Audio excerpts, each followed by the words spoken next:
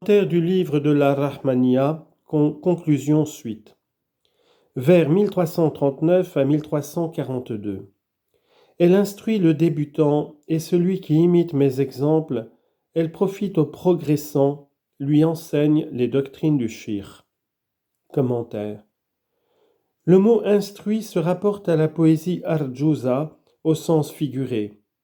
Ce terme signifie enseigne, exhorte, d'après la parole d'Allah, je vois ce que vous ne voyez pas.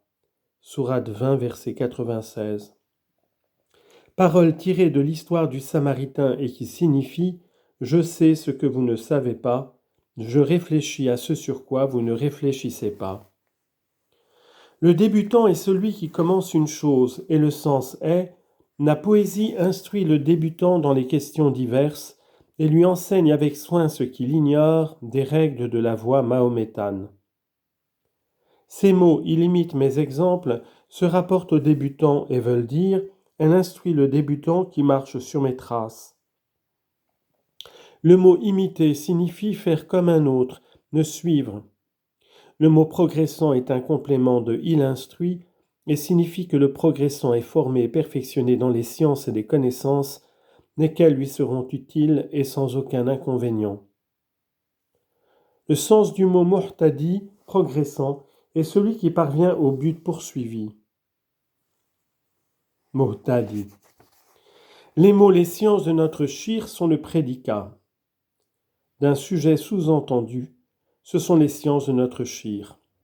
Par ces mots, l'auteur s'humilie lui-même et cherche à écarter la réputation de perfection personnelle pour louer son shir. Il agit d'après le conseil du prophète qui a dit « Celui qui ne loue pas les autres ne loue pas Dieu » et d'après les paroles mêmes de l'auteur qui a dit plus haut « Tout bien qui t'arrive, rapporte-le à ton shir ».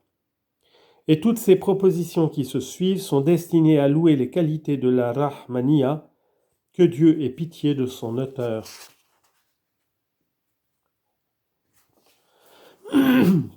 Prière finale, vers 1343 à 1346. Seigneur Abd-ar-Rahman, implore de toi le pardon, pardonne-lui, pardonne aux frères et à tous les saints. Commentaire. L'auteur termine sa poésie par une prière de demande pour suivre l'ordre d'Allah qui a dit « Priez-moi, je vous exaucerai ». Sourate 40, verset 60. Il reconnaît par là son indigence et son besoin de recourir à Dieu, d'élever ses mains vers lui avec crainte et humilité pour implorer celui qui est le maître de toutes choses. Celui qui reconnaît que toute chose procède de lui, son maître, doit espérer en lui et le craindre. Il doit comprendre par expérience, zawq, qu'il est le seul qu'on doit prier et qu'on ne demande qu'à lui seul ce dont on a besoin dans ce monde et dans l'autre. Le mot Yaptari veut dire demander. Le mot Abd-ar-Rahman est le nom de l'auteur de la Rahmaniya. Ce nom est le sujet dont le complément est Rufran, pardon. Le sens est Dieu lui a pardonné, il a oublié ses péchés et les a recouverts. Les mots qui lui pardonnent ses péchés désignent, rafou, l'action d'effacer les péchés, de les pardonner et d'en remettre la punition. Le sens est Abd-ar-Rahman demande le pardon de ses péchés et des péchés des frères et de tous les saints, c'est-à-dire de tous les croyants. Ce dernier terme désigne les croyants musulmans à cause de cette parole d'Allah que Dieu est l'ami, wali, de ceux qui ont cru. Sourate 2, verset 26. Vers 1347 à 1350. Je te prie, Seigneur, pardonne mes péchés, ceux de ma mère et de mon père et de tous les hommes pieux. Commentaire. C'est-à-dire, ô mon roi, je te prie de me pardonner mes péchés, les péchés de mes parents et de tous les pieux serviteurs de Dieu. Tatajawaz signifie pardonner. On dit j'ai pardonné à celui qui m'a fait du mal et je me suis réconcilié avec lui. L'auteur dans cette demande de pardon suit l'ordre traditionnel il le demande pour lui ensuite, pour ses parents ensuite, il généralise dans sa prière et suit l'exemple de Noé en demandant pardon pour tous les prophètes et envoyés, selon la parole d'Allah. Seigneur, accorde ton pardon à moi, à mes parents et à tout croyant qui sera entré dans ma maison, ainsi qu'à tous les croyants et croyantes. Sourate 71, verset 63. Un hadith rapporte que lorsque le prophète pria, il commença à prier pour lui-même.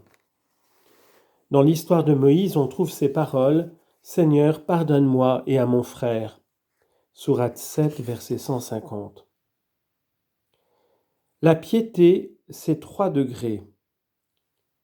Le mot « atriya » de taqi désigne l'homme qui pratique la piété, taqwa, vertu par laquelle, d'après la loi, on évite ce qui est mauvais par crainte de Dieu. En spiritualité, cette vertu consiste à garder avec soin les obligations de la loi par crainte du châtiment qu'elle mérite et à préserver son âme sensuelle des châtiments qu'elle peut mériter. Cette vertu comprend 3 degrés. Le premier consiste à éviter le châtiment éternel en se préservant de l'infidélité. Cela, d'après la parole d'Allah, il a imprimé sur eux, les croyants, la parole de la piété. Sourate 48, verset 26. Le deuxième consiste à fuir tout péché d'action ou d'omission, même dans les petites choses. Chez les maîtres, celui qui la pratique est reconnu comme étant pieux selon la loi, d'après ces paroles d'Allah, si les habitants des villes croient et craignent Dieu. Ittaqu, Sourate 7, verset 95. Le troisième consiste à se détacher de tout ce qui occupe l'âme en dehors de la vérité et à se consacrer entièrement à Dieu de toute son âme. C'est la véritable piété demandée par ces paroles d'Allah. Ô vous qui avez cru, croyez et craignez Dieu comme il mérite d'être craint. Sourate 3, verset 103.